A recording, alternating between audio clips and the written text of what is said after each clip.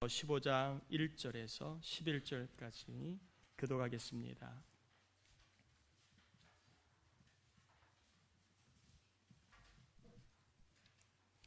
고린도전서 15장 1절에서 11절까지의 말씀 우리 교독하겠습니다.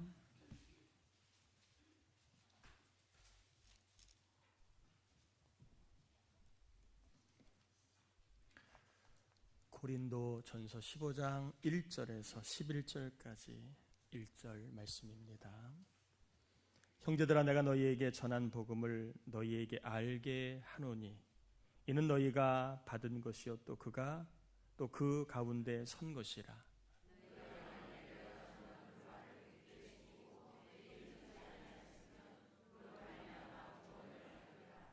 내가 받은 것을 먼저 너희에게 전하였노니 이는 성경대로 그리스도께서 우리 죄를 위하여 죽으시고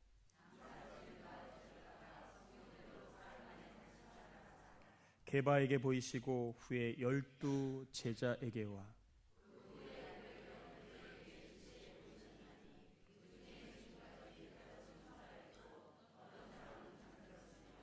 그 후에 야고보에게 보이셨으며 그 후에 모든 사도에게와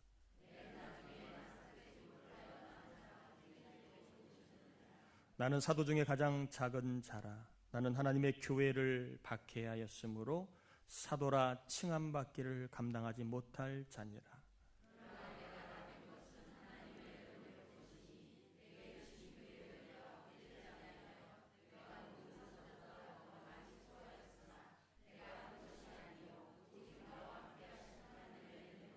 같이요. 그러므로 나나 그들이나 이같이 전파함에 너희도 이같이 믿었느니라.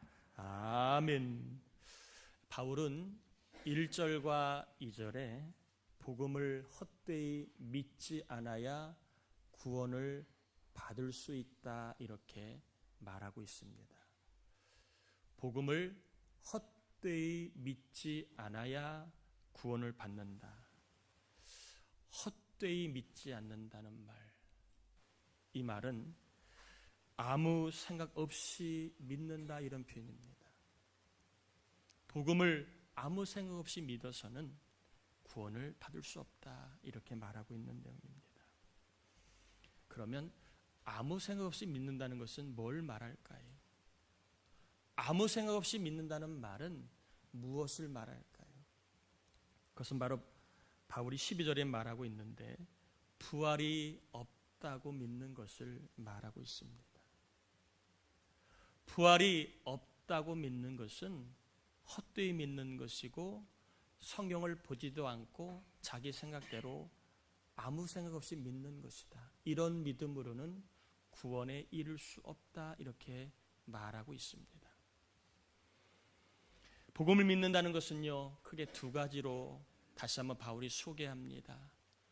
예수님이 나의 죄를 대신하여 죽으셨기에 나의 죄가 다 사라졌다라고 하는 것을 믿는 것이 복음을 믿는 겁니다. 여기서 죄가 사라졌다는 말을 오해하여 나는 어떤 죄를 지어도 괜찮다. 나는 죄가 사라졌기에 내가 죄를 안 짓는다. 이렇게 말하는 것을 오해해서는 안 됩니다. 죄가 사라졌다는 말은 죄를 우리가 안 짓는다는 말이 아니라 하나님이 죄가 사라졌기에 죄에 대해서 벌할 이유가 없다 이런 뜻입니다. 이것을 죄 사함이라고 얘기합니다. 예수님이 나의 죄를 대신하여 죽으셨기에 죄가 사라졌다는 말은 죄가 없다는 말이 아니라 하나님이 우리의 죄에 대한 값을 요구하지 않으신다. 죄에 대해서 벌을 내리실 수 없다라고 하는 것을 이야기합니다. 복음을 믿으면 죄의 형벌에서 자유롭게 됩니다. 죄의 벌에서, 죄책감에서 자유롭게 됩니다. 하나님이 우리의 죄에 대해서 어떠한 처벌도 하지 않으시기 때문에 그렇습니다. 또한 복음을 믿는다는 것은 예수님이 다시 살아나셨듯이 나도 다시 살아날 것, 즉 부활을 믿는 것을 복음을 믿는다라고 얘기합니다. 바울은 본문을 통하여 복음을 믿는다는 것은 내 죄가 다 사라졌다, 나는 죄의 벌을 받지 않는다는 것을 믿는 것과 함께 예수님처럼 나도 다시 부활할 것을 믿는 것, 이것이 복음을 믿는 것이라고 다시 한번 강조하고 있습니다. 바울은 복음을 통하여 내가 은혜를 알게 되었다고 얘기합니다. 내가 복음을 통하여 하나님의 은혜를 알게 되었다고 얘기합니다. 바울은 복음을 통하여 자기의 죄가 없어지는데 바울이 노력한 것이 하나도 없음을 알게 되었습니다. 바울의 주홍 같은 붉은 죄가 사라지는데 자기가 한 것이 하나도 없음을 알았습니다. 다 예수님이 하신 것임을 알았습니다. 바울은 자기가 부활하는 일에 본인이 노력한 것이 하나도 없음을 알았습니다. 내가 노력하여 부활하는 것이 아니라 예수님 덕으로 예수를 믿기에 내가 부활될 것임을 알았기 때문에 부활하는 일에, 죄가 용서받는 일에 바울은 하나의 공로도 없다는 것을 알았습니다.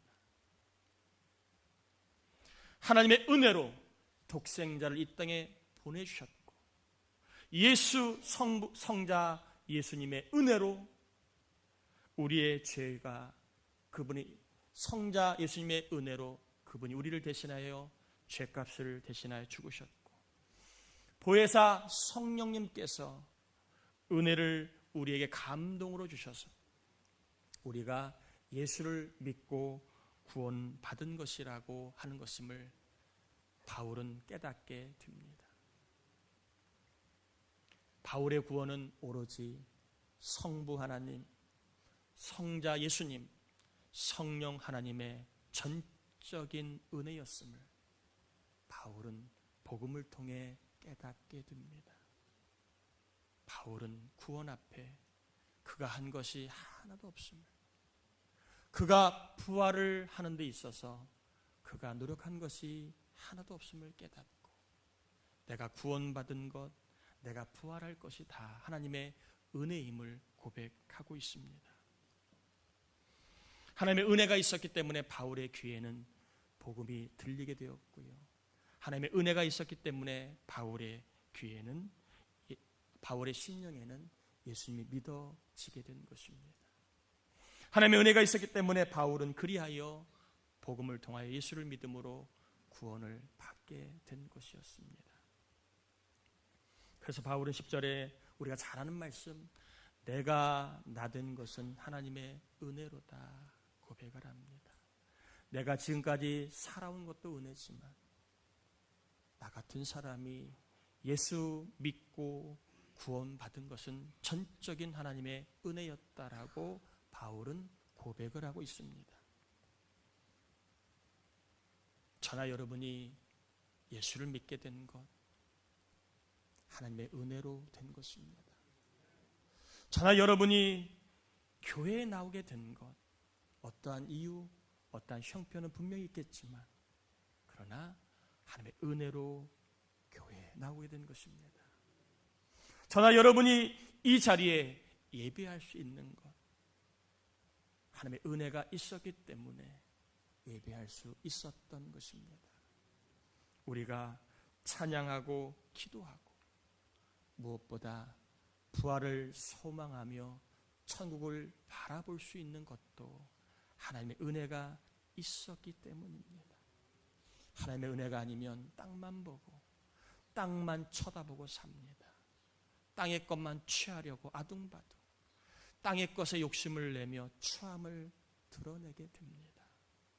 그러나 힘들고 어려워도 은혜가 임했기에 하늘의 상이 있지, 하늘 상이 있지, 하나님의 상이 있지 믿고 우리는 때로는 손해보고 인내하며 헌신하며 살아가는 것입니다. 바울은 이처럼 은혜를 받았기 때문에 이 은혜로 받은 이 구원이 헛되지 아니하도록 바울은 내가 은혜가 헛되지 아니하도록 내가 이렇게 살고 있다고 자기의 삶을 소개합니다. 10절 중반절에 보면 내게 주신 그의 은혜가 헛되지 아니하여 내가 모든 사도보다 더 많이 수고하였으나. 바울은요, 참 역설적이지만 받은 은혜로 인하여 내가 더 열심히 수고한다고 말하고 있습니다. 값없이 주신 은혜가 너무 귀해서 나는 더 수고하며 살고 있다. 왜? 그 은혜가 헛되지 않게 하기 위하여. 그 은혜가 헛되지 않기 위하여 나는 더 수고하며 살고 있다. 이렇게 말하고 있습니다. 특별히 바울은 복음을 전하는 일에도 그 은혜가 헛되지 않도록 수고를 많이 하였습니다. 수고에 대한 이야기들은 성경에 참 많이 나와 있으니까 제가 소개하지 않습니다. 바울은 은혜가 너무 귀하여 은혜 때문에 사람을 세우는 일에 수고를 합니다. 때로는 자기를 떠나는 사람이 있어도, 때로는 자기를 오해하는 사람이 있어도, 때로는 자기를 모함하는 사람이 있어도, 때로는 자기를 흔들어대는 사람이 있어도 바울은 은혜가 너무 귀하여 사람을 포기하지 않고 그리고 세우는 일에 수고를 하고 또 수고를 합니다.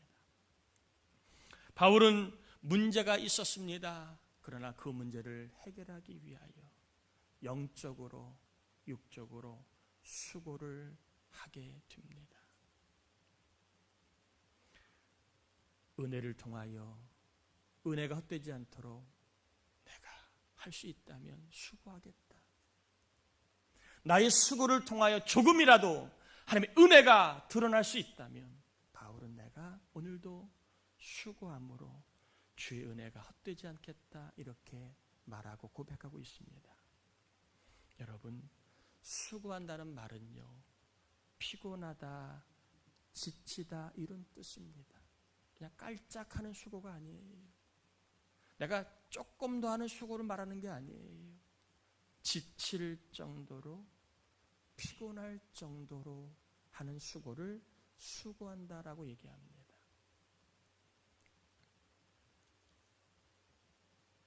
바울은 은혜가 헛되지 않기 위하여 피곤할 정도로, 지칠 정도로 내가 수고하고 있다. 그래서 하나님의 은혜가 보여줄 수 있다면, 그 은혜가 드러날 수 있다면 나는 수고하며 살 것임을 또한 다짐하고 있습니다. 여러분, 이런 수고가 시켜서 될까요? 여러분, 수고는 시켜서 될까요? 이런 수고는 가르친다고 될까요? 벌써 가르쳐서 됐다면 이 세상은 천국이 되어야 합니다. 가르쳐서 된다면 가정은 이미 천국이 되어버렸어야 됩니다. 가르쳐서 된다면 이미 교회는 천국이 이루어졌어야 합니다. 가르쳐서 이런 수고가 쉽지 않은 것 같아요. 또 해주세요, 부탁한다고 이런 수고가 가능할까요?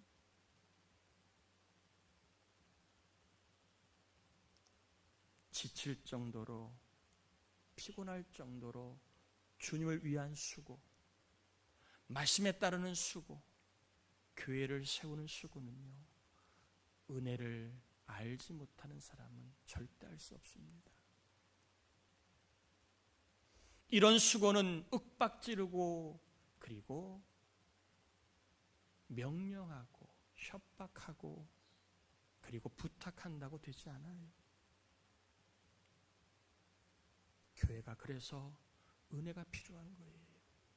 생각이 다르고 가치관이 다르고 성향이 다른 사람들이 어떻게 수고할 수 있나요? 은혜가 임하니까 수고하지 않을 사람이 수고하잖아요. 은혜를 아니까 수고하는 기쁨을 맛보잖아요. 은혜를 모르는 사람은 신용은 할지 모르지만 수고하는 그 기쁨을 맛보지는 못합니다. 여러분, 은혜 없이 일하면 일 자체가 불평입니다. 은혜 없이 일하면 매사가 마음에 안 들어요. 매사가 자기 생각과 부딪힙니다. 왜 그래? 왜 그렇게 하라는 거야? 예수님도 성경대로 죽으셨고 성경대로 사셨습니다. 은혜가 임하면 성경대로 하는 일을 좋아하지만 은혜가 없으면 내 생각대로 삽니다. 내 생각대로 안 될 때에는 부딪히고 짜증을 냅니다. 내 생각대로 안 되면 매사가 다 시비거리고 불평거립니다.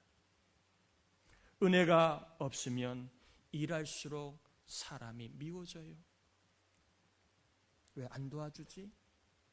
왜 내 마음 몰라주지? 언제까지 저 모양이야? 왜 저렇게 살아? 은혜 없이 일하면 일할수록 사람이 싫어집니다. 아, 진짜 너무한다. 해도 너무한다. 어쩌면 저래? 사람이 자꾸 일할수록 싫어집니다. 싫어짐을 넘어 미워집니다. 너무 안 도와준다. 너무하다. 사람이 미워집니다. 일을 할수록. 그래서 교회를 오래 다닐수록 조심해야 합니다. 내가 교인을 지금 사랑하고 있는가 아니면 미워하고 있는가를 늘 보셔야 합니다. 그런데요, 은혜가 임하고 은혜로 일하면 일이 행복합니다. 많고 적고가 아니에요. 은혜가 임하면 일이 행복합니다. 왜요? 하나님이 나에게 상 주시려고 일 시키는 거지 나를 부려먹으려고 일 시키는 게 아님을 알기 때문에 그렇습니다. 교회도 마찬가지예요. 일 좀 하셔야 하면 싫어요 그럽니다. 제가 여러분을 괴롭히려고 일을 하라고 하겠습니다.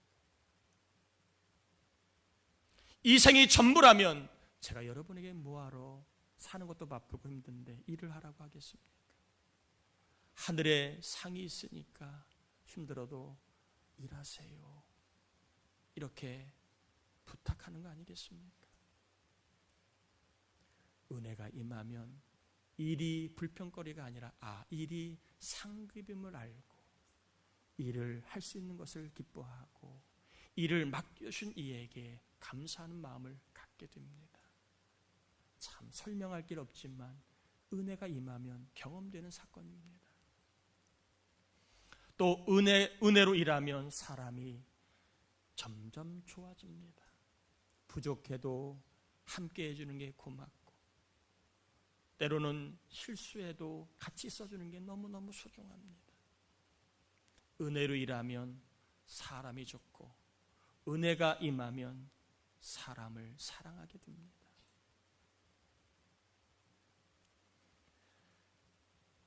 피곤하지만 은혜로 일하면 기뻐요. 피곤하지 않은 사람 없어요.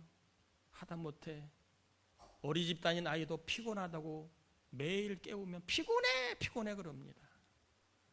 피곤하지 않은 사람이 어디 있어요? 죄로 말미암아 이 땅에는 수고해야만 뭐라도 할 수 있는 세상이 됩니다. 피곤하지만 은혜가 임하면 기쁘게 삽니다. 지치지만 은혜로 일하면 행복합니다. 저는 여러분들이 교회 일뿐만 아니라 어떤 일이든 간에 은혜를 알고 일할 수 있기를 바랍니다. 그래서 매사가 좀 기쁨이 좀 있기를 바랍니다. 두렵지만 은혜로 일하면 평안합니다.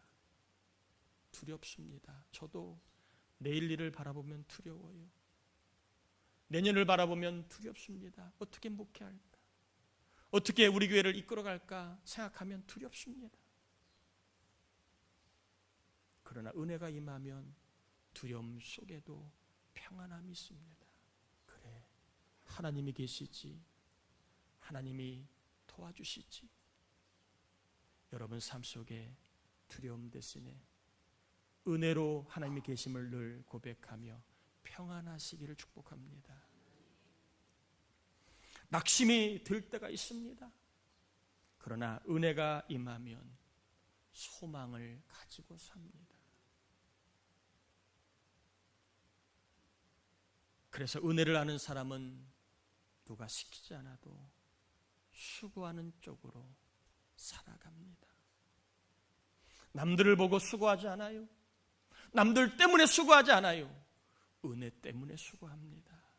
은혜를 알기 때문에 수고해도 그것을 좋아합니다. 여러분, 수고하며 좋아한다면 은혜를 아는 자지만 꼼지락거리고 뭘 해도 매사가 좋아하는 마음이 없다면 그것은 은혜 없이 살아가는 모습입니다. 우리 청년들도 부모님이 시키면 틱틱거리지 마시고 은혜를 알고 좋아하며 할길 바랍니다. 아멘인가요? 우리 청년들 아멘을 안 하시네. 회사나 가정에서나 어른들이 시킬 때 은혜가 임하면 그 일을 좋아합니다.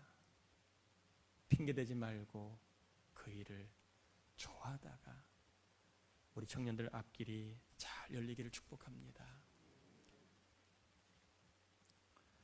어쩌면 수고의 자리에 있는 것이 내가 받은 은혜의 크기가 이렇게 말할 수 있습니다. 큰 은혜를 받는 사람은 크게 수고하는 자리에 있습니다. 적은 은혜를 받은 사람은 적은 수고의 자리에 있게 되어 있습니다. 바울은 큰 은혜를 받았기에 내가 더 많이 수고한다. 다른 사도들보다 더 많이 수고한다라고 말하고 있습니다. 장로님, 왜 그렇게 수고하세요? 권사님, 왜 그렇게 수고하세요? 집사님, 왜 그렇게 수고하세요? 그분들은 은혜를 알기 때문에 수고하는 거예요. 은혜가 헛되지 않도록 수고하는 것입니다. 그래서 안 해도 될 수고를 합니다. 남들이 신경 쓰지 않는 일도 수고합니다. 남들이 대충 하는 일도 정성을 다하여 수고를 합니다. 복음은 은혜를 알게 해주고 은혜를 아는 사람은 수고하여 은혜가 헛되지 않게 합니다. 이렇게 수고하면 또다시 은혜의 세계를 경험합니다. 더 큰 은혜의 세계, 더 넓은 은혜의 세계를 경험합니다. 수고하다가 이것도 은혜였구나, 저것도 은혜였구나, 이제까지는 몰랐는데 이것이 은혜였구나 하는 것임을 깨닫게 됩니다. 저는 말씀을 좀 정리하려고 합니다. 바울이 분열되고 있는 고린도 교회, 또 은사가 강하게 역사하여 교회가 갈라져 있는 고린도 교회의 결론부로 이야기합니다. 교회가 하나 되고 성도가 하나 되는 힘은 복음 안에 있다. 은혜 안에 있다. 그리고 더 수고하는 자가 있어야 교회가 하나 될 수 있다라고 이제 결론을 내리고 있는 내용입니다. 여러분, 가정에서도 은혜를 알고 사시기를 바랍니다. 내가 잘나서, 내가 수고해서, 내가 노력해서 여기까지 온 거 아니에요. 은혜입니다. 아내에게 가정을 지킬 마음을 주셨으니까 아내가 가정을 지킨 것이고, 남편에게 하나님이 은혜로 수고할 마음을 주셨으니까 남편의 역할을 수고롭지만 지켰기에 여기까지 온 겁니다. 아멘인가요? 자식들도 우리보다 잘난 부모 많아요. 그럼에도 나를 아버지로 어머니로 불러준 것, 은혜가 있으니까 불러준 겁니다. 내가 그만큼 해줘서가 아니에요. 요즘 세상이 어떤 세상인데요? 요즘 세상은 정말 무정한 세상입니다. 하나님이 우리 아들, 딸들에게 못나도 우리를 아빠라고 불러주고 엄마라고 불러주는 거, 이게 은혜라는 겁니다.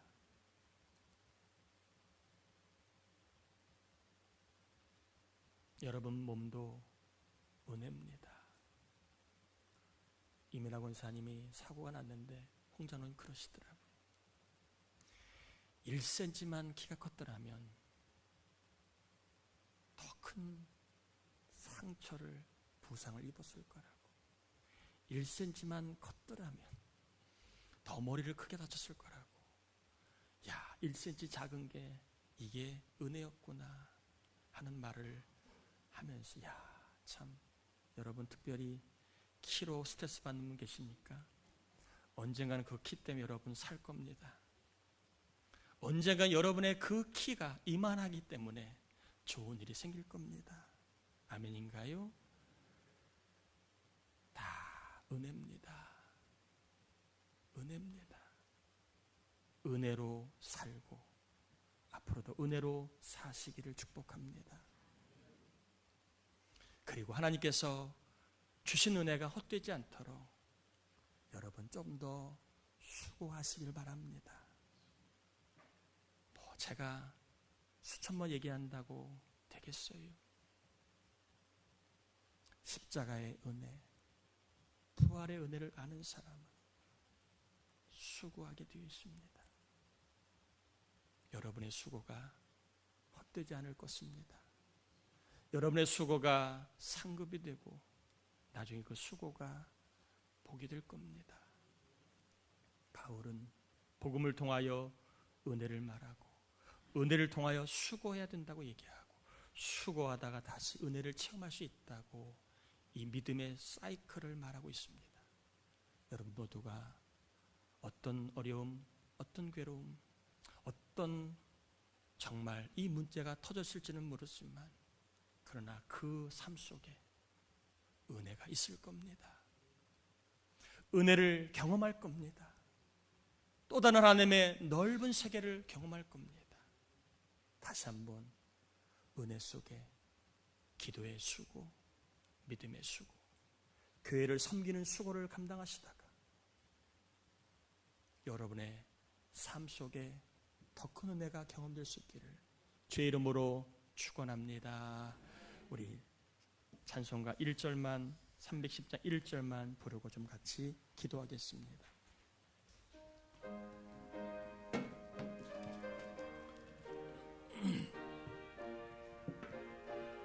하나님의 은혜로 하나님의 은혜 있을 때 없는 자 있을 때 왜 구속하여 주는지 왜 구속하여